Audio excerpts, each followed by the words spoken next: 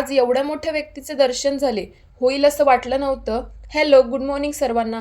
आज कामानिमित्त आहे ना मी रावरीला गेलेली आणि जाताना ना खूप भूक लागली होती. म्हटलं काहीतरी खावं, परंतु मला ना रस्त्यात अननस दिसले. मग म्हटलं घरी आता अननस पार्सल घ्यावं, पण घरी जाऊन खायला खूप वेळ लागेल नाही का, म्हणून मग मी तिथेच खायला घेतलेलं आणि पार्सलही घेतलेलं. मग मस्त खाऊन निघाले बरं का. तर ना तिथे म्हणजे जे आपले गुरुमाऊली आहेत ना, अण्णासाहेब मोरे, त्यांचंही मला दर्शन झालं. मस्त त्यांचा कार्यक्रम होता वाटतं काहीतरी, आणि मस्त त्यांना जाऊन पाहिलं वगैरे आणि त्यानंतर निघाले बरं का. आणि हे रस्ते काय वाटलं नव्हतं, इकडचे रस्ते पण सगळे खराबच आहेत बरं का.